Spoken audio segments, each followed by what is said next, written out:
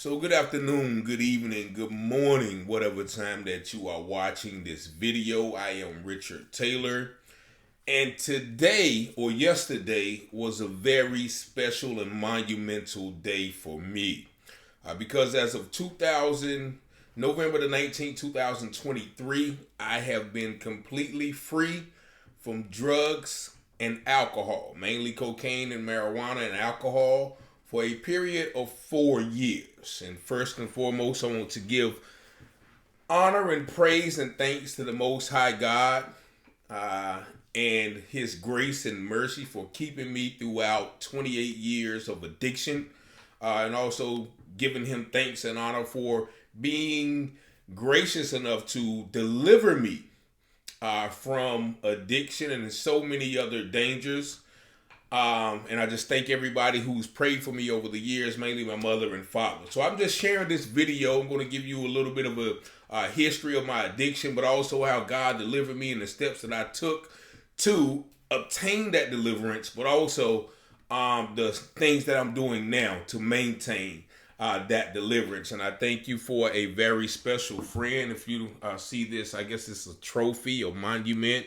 It says celebrating this day with you, November 19th, 2019. So I thank that special friend for sending me this commemoration or this commemoratorial, if that's a word, gift. But I started smoking and drinking at the age of 13. Started smoking and drinking, and it grew on to wanting to be, involved in the streets, and, started, selling drugs, selling weed at first at about 15, then move on to crack at about 16. And, eventually got introduced to powder cocaine at the age of 18. And I tell you, the first time I hit it, I had been around it a long time. First time I took some those two scoops, it was the best feeling I had felt thus far in my life. And it started, that night. I only took about 2 or 3 toots, and I was good for the rest of the night. Went to a party, got drinking. I could drink as much. I felt so alert. Everything just felt 10 times better.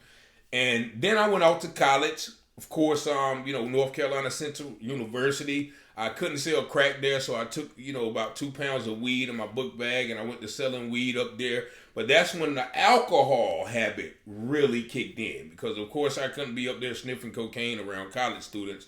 So what I did most of the time was smoke weed and drink liquor store every day. Every day. Hennessy, Cavassier, Patron, Goldschlager, everything. And once again, when I first tasted liquor, I never forget. Matter of fact, I'll share the story. My boy Fresh, we was at his house, and his mother or his stepdad had some Canadian Mist on the dresser. And he, Fresh already knew what it was. He was like, "Go ahead, take it, man. Go ahead, drink it. Go ahead, drink it." So I drank it, and man, that joint burned my chest so much, I started coughing and coughing and coughing, and he just laughed. He busted out laughing, right?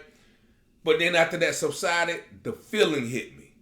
And once again, I went right back to the bottle. I was like, forget all that. I love the way it feels. So I had a natural inclination for alcohol. But throughout my college years, my college year, 1 year, I drunk a lot, and that's where the alcohol habit I think kind of developed. And once again, if you study alcoholism, you may have a propensity to drink if your relatives drink. And as I've done some research, a lot of my ancestors, my uncles, my granddad, they were drinkers as well. So evidently I had that gene. But occasionally I would go home and still get up and, you sniff some cocaine, but it wasn't that bad. It was a once, every now and then thing. Now, after moving back to Goldsboro in 1996, 1997, I stayed around Goldsboro for about 2 or 3 or 4 years, and that's when I, once again began to indulge more in cocaine. Now, once again, it was taboo, but I had some family members and friends who dabbled in it, and we used, and that developed more codependent addictions as far as drinking, as far as gambling, as far as, sex. So, anybody knows me during that time, 1997, 98, 99, 2000, you can find me at a card game. And, my routine was get some powder, get high, get some liquor, and then go gamble.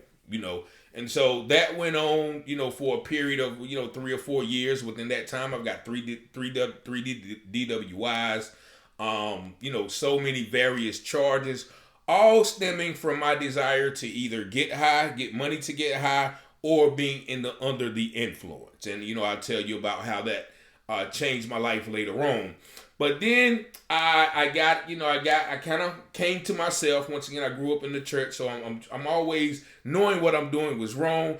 But the devil had a grasp on me by those feelings, by those indulgences as well. And so in 2002, I moved to Virginia Beach. I had a friend. He got me up there. I told him I think I was in a shootout the same day, and he came down from Virginia and said, "Look, man, come with me." And so I moved to Virginia. Shout out to Terrence Thornton too, because he, that's the friend I'm talking about. I moved to Virginia. He took me in. He showed me how to really be a man, pay bills, and he told me, "Look, you got 1 month, and after that month, I'm gonna need this on the rent. I'm gonna need this on the lights. I'm gonna need this on the phone." So. And within that 1 month, I got 2 jobs. I was working. I was really, I was away from my environment, so I didn't know anybody, who sold cocaine or used drugs. So that went good for about 6 months until my mind starts to wander. And I remember taking the bus back from Virginia Beach to the Norfolk Shipyard, and every day we would ride by this corner store. And I would see all types of guys out there. And if anybody goes anywhere in America, if you stop to the corner store, you'll be able to find what you want. So one day I got out at that corner store. And I asked the guy, for some cocaine. I'd already begun smoking weed from the guys in the neighborhood. Shout out to Pine Oaks, all the guys. But so I was beginning to smoke weed. But this one particular time, the weed wasn't enough. So I got off, asked this random guy, "Look, man, you know where to get some cocaine?" He said, "Hold on, wait right here." He went, left, came back, and I got that cocaine from him, got his number, and that started the recreational use of cocaine in Virginia. Now, by the time I started using cocaine, I was working at this call center where everybody was smoking weed. People were selling weed, so I looked at the prices that they were buying it for, and I looked at the prices I can get it and sell it for, and that's what, got me into, once again, the game in Virginia.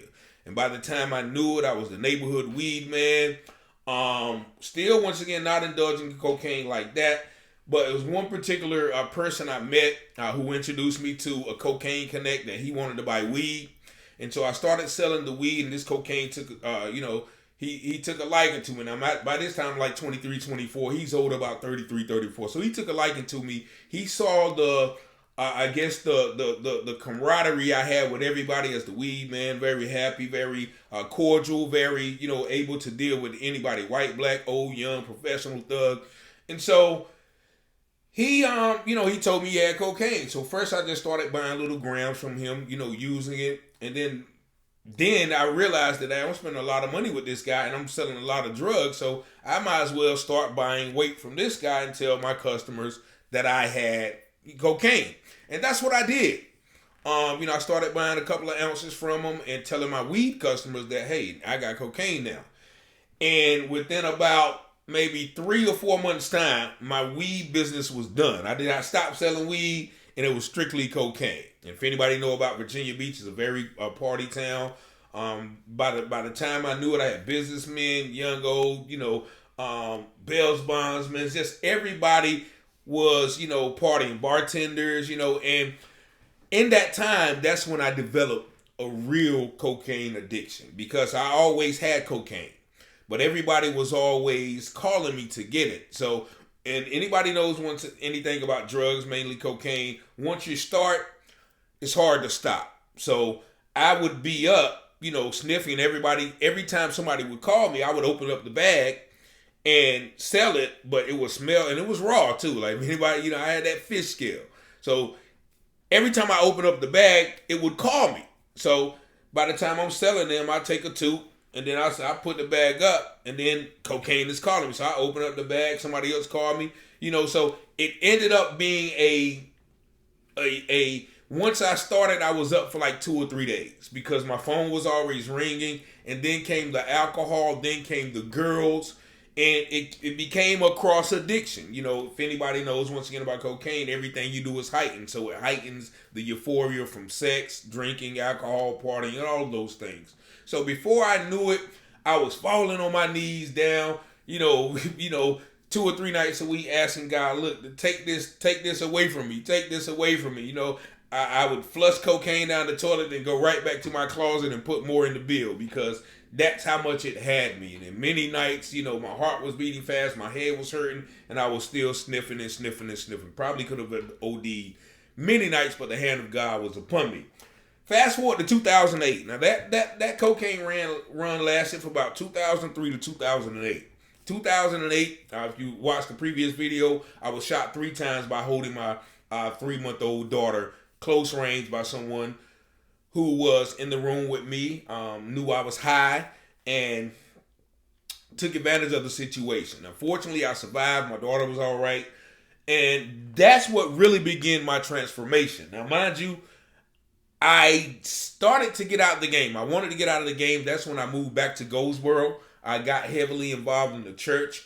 Did really well. I was going to, well for a while. I was going to AA meetings and things like that. But I ran into a situation where I was denied my real estate license in North Carolina. And that, that kind of sent me, once again to a downward spiral. I started once again hanging out in the places, the liquor houses, the gambling houses, hanging out with the people I hung out with 10 years before. And, for the next 2 years, once again, I just engulfed myself in cocaine use, alcohol use, just frivolousness. And, once again, I came to my senses in 2011. I'm like, look, if I'm around here doing the same thing, I might as well move back to Virginia, get back in the game and, pick up where I left off. Now, the same night, it was July 4th, 2011. I bought an ounce from somebody around here, went up to Virginia, called all my people back. It was just like I never left. And, I was willing and dealing that day, got up with my guys from the Oaks. We went out, went to a strip party. At the strip party, guns blazing. A guy I went with got hit. A couple of people I was talking to in the car got hit. And the police came and I went to jail for possession of cocaine. Sent me back to jail. 2011, that's when once again really God started dealing with me. Like, look, I gotta change my life. I decided to start writing books and things like that. And I got out, enrolled in college, finished writing my book. 2012, I published the book. Had a book signing here in Goldsboro, but once again, I still had that habit. The night after that book signing, I got out with some old friends, went out and got high. And at that point, though, I wasn't getting high every day because I was so focused on, once again, changing my life, writing books, telling my story. But I still had, once again, had that propensity to get high. A few months after I published my first book, that's when the wrongfully accused case happened. You can go past and look at that video about how I was wrongfully accused of rape, kidnapping, abduction. And then I went to jail for that. Got out of jail. I was found not guilty of all charges in 2013, at the end of 2013. 3 months later, right after my 35th birthday, I was diagnosed with 2 brain aneurysms. And I had to have a 5-hour brain surgery. If you look right here, you can actually see the scar. It goes all the way around here. And so that's why Yante, my edge up is messed up. Stop coming for my edge up, Yante Smith. But yeah, so that's that. And I was fortunate enough to survive that. It was a 5-hour brain surgery. They gave me all the possibilities. I could die. I could not walk. I could not talk. I could not hear. I could be paralyzed. I could be damaged for life. By the grace of God, I walked out of the hospital 10 days later with no side effects. I went back 20 days later, and the doctor said, I've never seen anybody heal from anything like this. And once again, all glory, honor, and praise goes to God for keeping me through that incident. But this is the insanity of addiction. The same night I got out of the hospital, I came back to Goldsboro and got with a friend and got some grams of cocaine and was sniffing. I did that for 2 nights straight until I really said, what is wrong with you? And of course the aneurysms was probably caused from the years of cocaine abuse as well as the stress of the trial. for my life.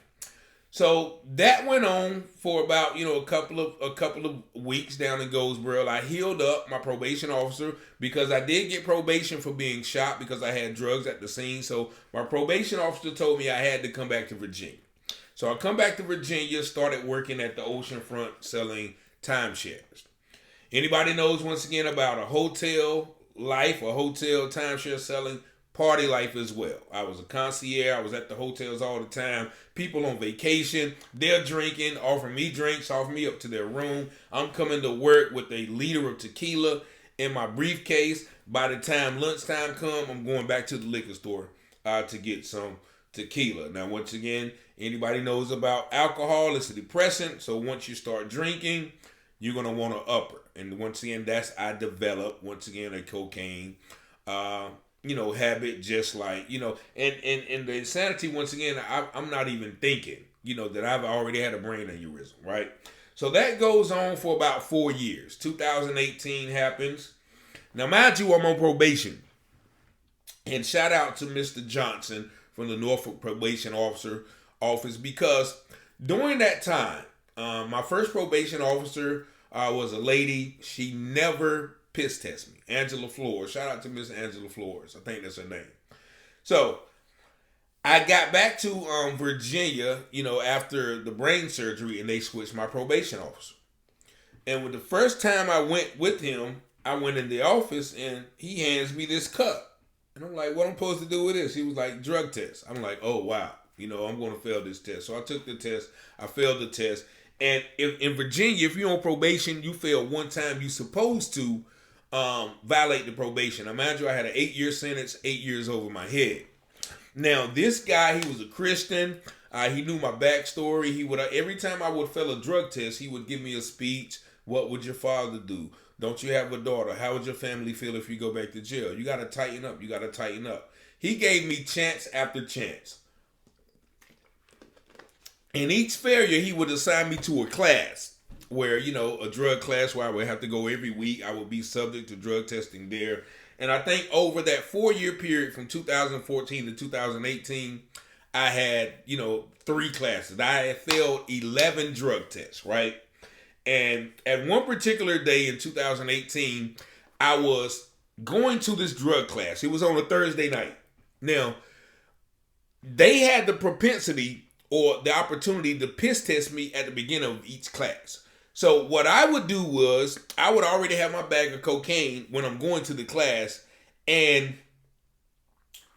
when I went there at the end of the class, I would leave and use my cocaine because I knew that cocaine, quote unquote, lasts in your body for 3 or 4 days, which is not true because, I failed plenty of drug tests after, 3 or 4 days. So nevertheless, that was my routine. So this one particular night in February, again, it's wild. Both of those, the aneurysm and the stroke happened in February.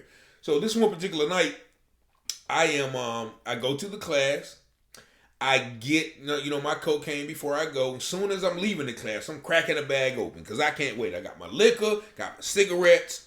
I'm driving, a 5-minute drive from my house. I done hit the bag 2 times. Now, mind you, I done stayed up all night, still quarter ounces of coke, in a night or in a 2-night span. So this is nothing. By the time I get to my parking lot, I'm dizzy. I don't know what is happening. I'm so dizzy that I can't even find a parking space. So I pull up in the front of the office and I get out the car.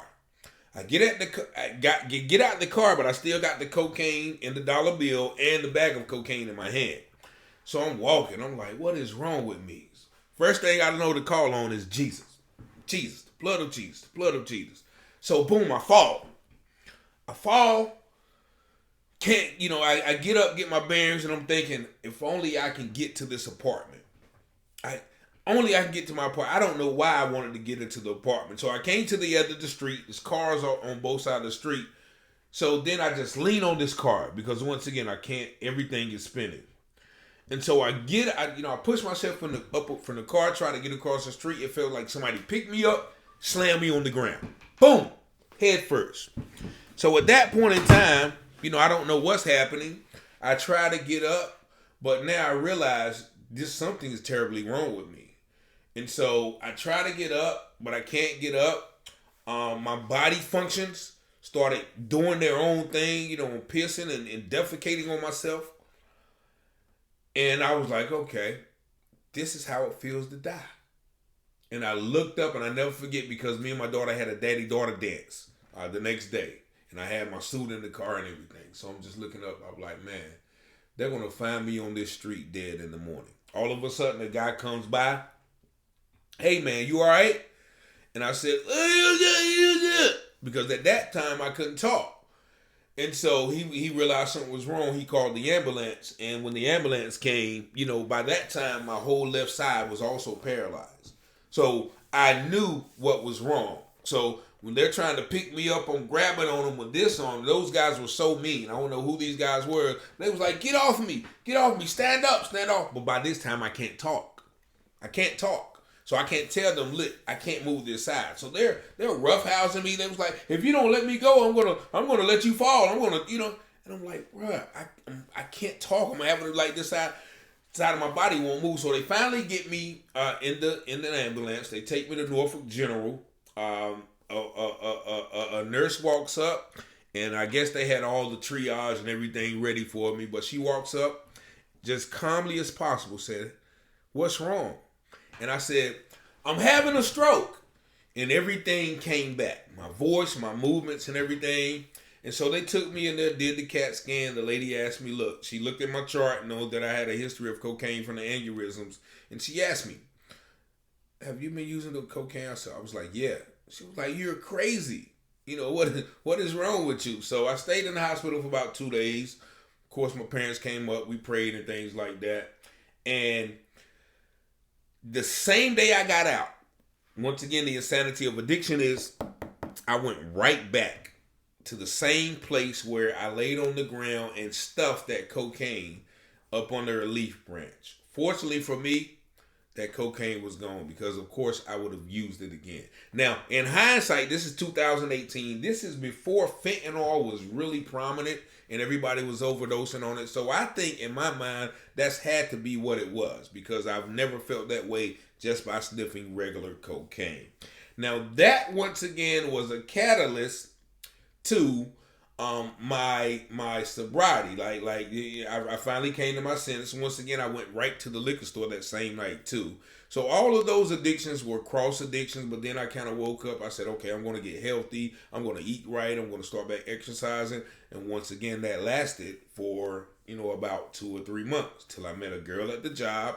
We went out one day, we got drinks, and then I found out that she used cocaine too. So once again, the habit, the codependency, cocaine, alcohol, and sex kicked in, and I started back using again. Long story short, in 2019, I was slated to get off of probation. The probation officer, once again, he was like, look, I got to turn all of your probation history into the courts of Virginia. And so he did.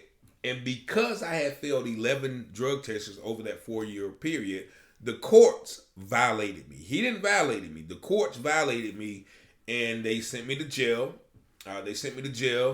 And I had a bond hearing. At the bond hearing, they realized I hadn't been in trouble in 8 years, but I had failed a lot of tests. Had some family members there. My child's mother came and spoke highly of me. And the judge gave me a $2,500 bond, but he gave me a pretrial release where I had to, once again, go to this location every week and do a drug test.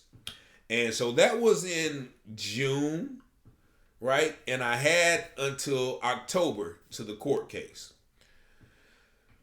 Within a month's time, 2 months' time, I had failed 3 of the drug tests. So, of course, they locked me up, revoked my bond, and I had to stay in jail from August until October. Now, right before then, I had a close friend who died, and that kind of shook me up. I still haven't cried, but I realized that, I had did a lot more drugs and alcohol than he. And I think, the way he lived had a toll on his body. And that kind of woke me up again. But during that 2-month stay, I asked God for 3 particular things.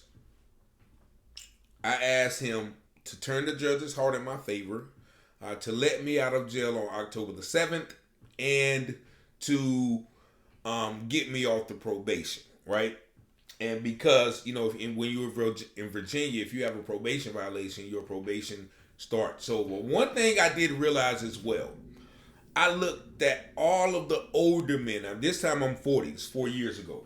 This time I'm 40, and I'm seeing guys coming in there that's 50, 60. Guys coming there with walkers and wheelchairs, 80 years old.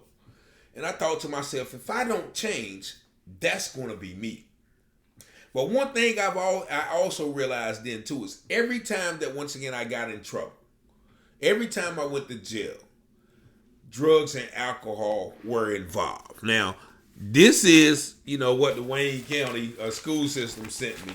I don't know if you can see the thickness of it, but this is about 40 pages. Now, all of this is my criminal record from Virginia, Durham, Goldsboro, Raleigh, Greensboro, even Indiana.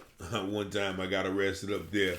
But this is, and this is not bragging, but once again, this is what drugs and alcohol will do to you. All of these pages. So I said to myself, look, I got to get some help. So now, before I got locked up, there was a group called Life Changers. I was home in Goldsboro, and I saw the gentleman standing out there, and they were passing out literature. And I took something, and they was like, yeah, this is a free program. We're located in Nashville. You come. It's totally free, but you do have to come out every week and fundraise. Now, once again, I took that because I know, look, I am out on bond, but I'm still using cocaine. So because my freedom is on the line, but I can't stop using.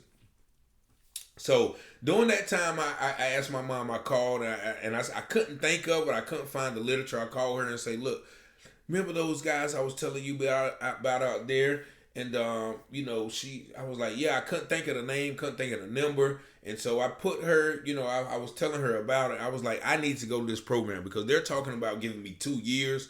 But if I get into this program, I can show them that, look, if you let me out, I'm going straight to this program. She couldn't find them either. But one day she went to Walmart and the same group of guys was out there. She got the flyer. I called the organization. They sent me an application. I filled it out in jail, sent it back. They sent me an approval letter. So at this time, when I go to court, I got this approval letter to show the judge. Now, this is how God works. The morning of my trial or my court date, my lawyer comes in and said, look, they're going to give you 2 years. There's no way around it. They're going to give you 2 years. I might get you a year, but you're going to have to start probation over, and you have to do the drug program, but you're still going to have to wait to get accepted to the drug program in the jail. So that could be 2 years as well. So I know what I prayed and asked God for. But I said, okay, well, if we'll do the year. So I'll do the year, and I've already been in here, 3 months. I'll have about 6 or 7 more months. And so we get into the courtroom, right? I didn't sign the plea agreement yet. So the judge started looking at the case. He says, okay, well, we have Richard Taylor. I see you guys are, have an agreement and stuff. And the judge looked at the proposed sentence. He said, okay, well, this talking about, 2 years. Why is this point so high? The judge asked the prosecutor that. Why is this point so high? So the judge said, the prosecutor said, well, he was arrested in 2014 for, rape and kidnapping and everything like that. But the judge said, look, he wasn't convicted of those things. Why is he being punished for something that he did not do? And then the lawyer said, yeah, you're right. But, that's how the law is made. So, he said, well, I don't know about this, but I know one thing. If it was up to me, he wouldn't get 2 years. Matter of fact, if it was up to me, I wouldn't give him a year. But you already have a decision in place, so I am going to, let you guys, present the plea agreement. Now, when I heard the judge say that, I told my lawyer, nah, I don't want that agreement. I'm going to put my faith in the judge's hand.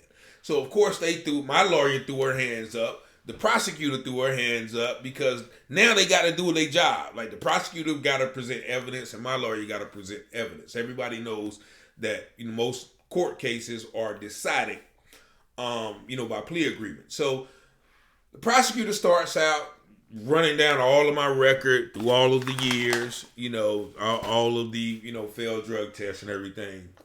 So my lawyer, comes up and she hands the judge a letter. Unbeknownst to me, my mother had wrote a letter, for my lawyer to hand to the judge. Now, mind you, my mother and father are in the courtroom. The judge gets the letter. He starts reading the letter and he looks at me and said, "Oh, Mr. Taylor, you were in the Navy." And I looked at him, I was like, "Nah." And what my mother had wrote, she was giving them a background of my history. So she was telling him about my father's service in the Navy.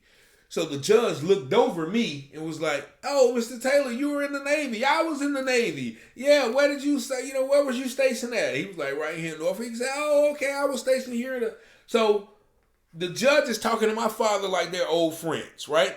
So the judge continues to read the letter.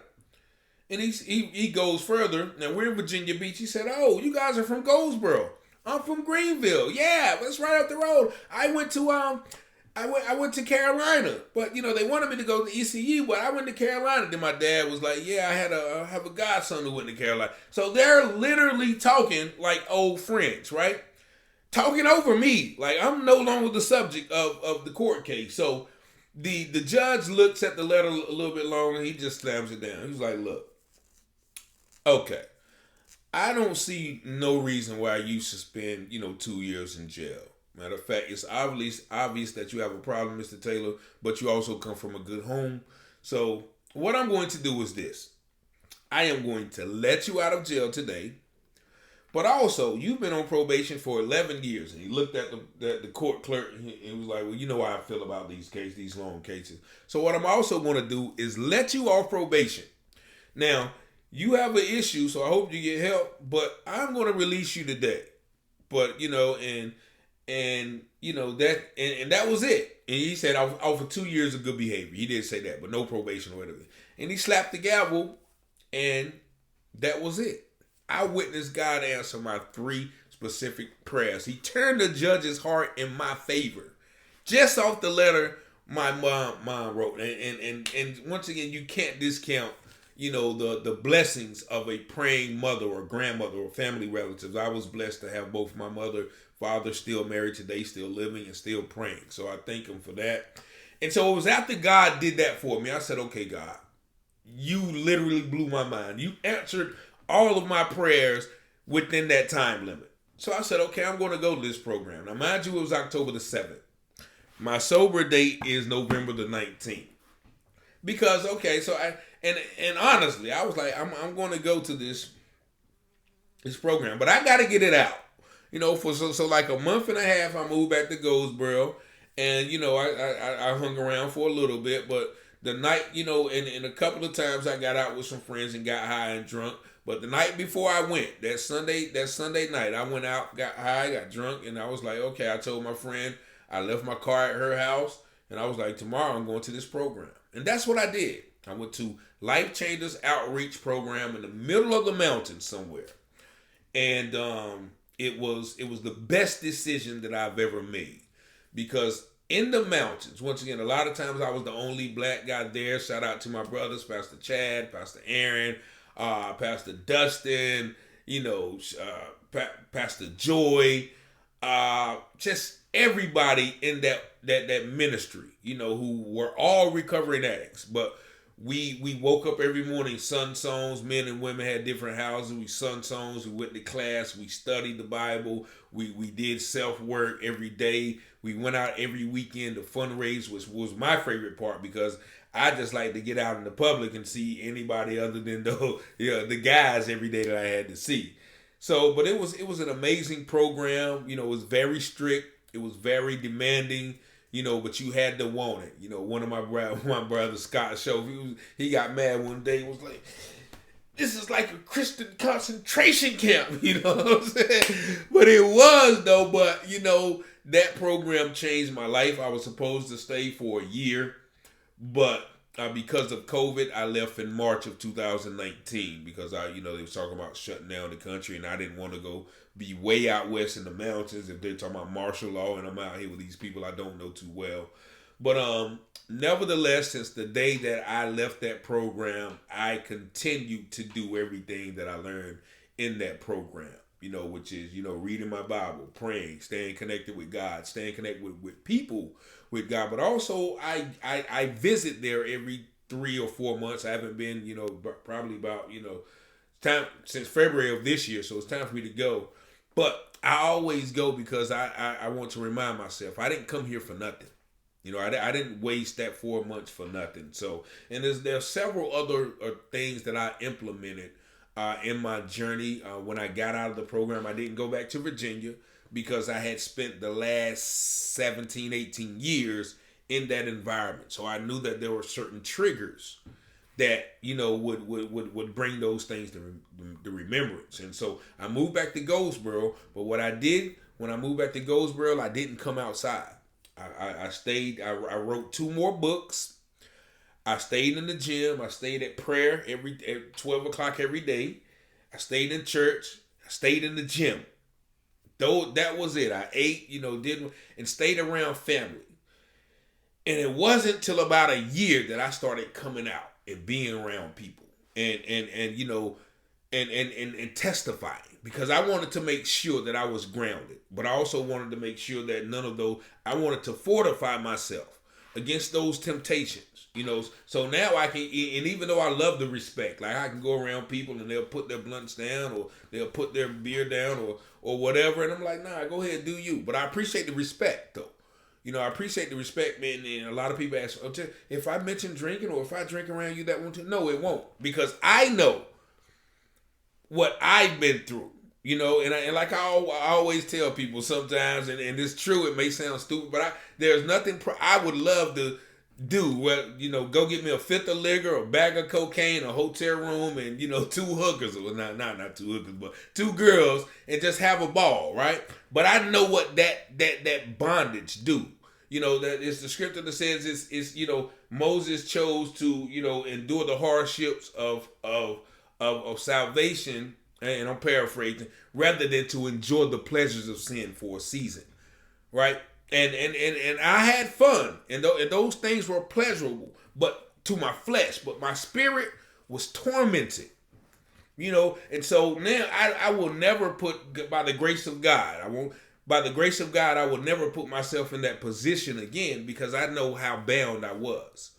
And so, I want to encourage anybody who's going through addiction right now, or you may know a loved one who's going through addiction, that, it is a very tough battle, because, drugs are similar to witchcraft. Pharmakeia, or pharmaceuticals as we call it. Pharmakeia is the Greek word for witchcraft. So anytime you're dealing with a mind-altering substance, a spirit-altering substance, that's why they call liquor spirits.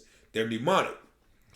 It is a terrible fight, but the person has to be willing and open, because, and the person, I don't like AA because they always say I'm an addict and stuff. But one thing it is admitting that you are powerless. My mother had told me for years, Richard, don't you want to go get help? Don't you? I don't need no help. I got this. I don't need. But I came to the realization, in that jail, that I was powerless to help myself. So I had to get away from everything, all responsibilities. I told my 11-year-old daughter what I was doing. I said, look, daddy got to go away for a while. But when I come back, I'm going to be a great father. I'm going to be a better father. And, that's what I've tried to do. Now, to be honest, there's still some things in my life that are not perfect, that I still deal with, that are still a challenge for me at times, right? But there's one thing that I have not done is smoke or drink or use drugs or marijuana or drunk liquor.